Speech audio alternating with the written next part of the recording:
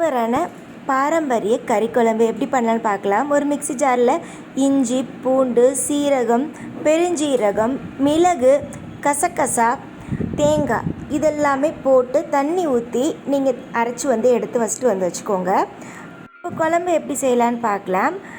குக்கரில் எண்ணெய் ஒரு 3 டேபிள் ஸ்பூன் ஊற்றி பட்டை, கிராம்பு, பிரிஞ்சாய் இலை போட்டு நல்லா பொரிஞ்சதுக்கு அப்புறமேட்டு தட்டி வச்சுருக்கிற பூண்டையும் போட்டு ஒரே ஒரு பச்சை மிளகா போட்டு அதையும் நல்லா வதக்கிக்கோங்க.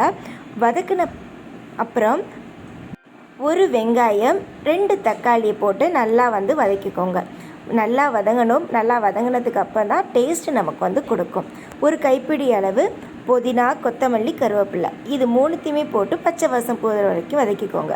கறியை நல்லா வாஷ் பண்ணிவிட்டு அதையும் போட்டுட்டு அதையும் நல்லாவே வதக்கிக்கணும். வதக்கினா தான் எல்லாமே டேஸ்ட்டு கொடுக்கும்.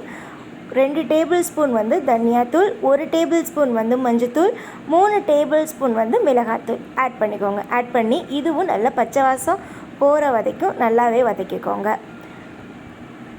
நம்ம அரைச்சி வச்சுருக்கோம்ல பேஸ்ட், அதை இந்த டயத்தில் ஆட் பண்ணிக்கோங்க.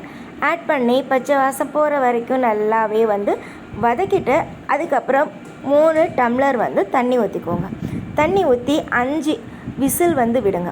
குக்கரை மூடி 5 விசில் விட்டுருங்க.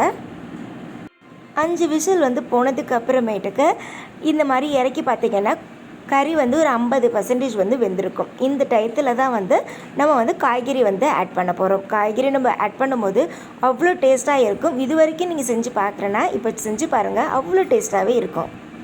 உருளைக்கிழங்கு, கத்திரிக்காய், முருங்கைக்காய் இந்த 3மே ஆட் பண்ணியிருக்கேன். நல்லா வாஷ் பண்ணிவிட்டு இந்த மாதிரி பெருசாகவே போட்டுக்கோங்க. திருப்பியும் ஒரு 3 டம்ளர் தண்ணி ஊற்றி திருப்பி ஒரு 5 விசில் வச்சுட்டு இறக்கி பார்த்தீங்கன்னா அவ்வளோ டேஸ்டான கலர்ஃபுல்லான கறி குழம்பு ரெடி. செஞ்சு பார்த்துட்டு எப்படி இருக்குன்னு கமெண்ட்டில் சொல்லுங்கள்.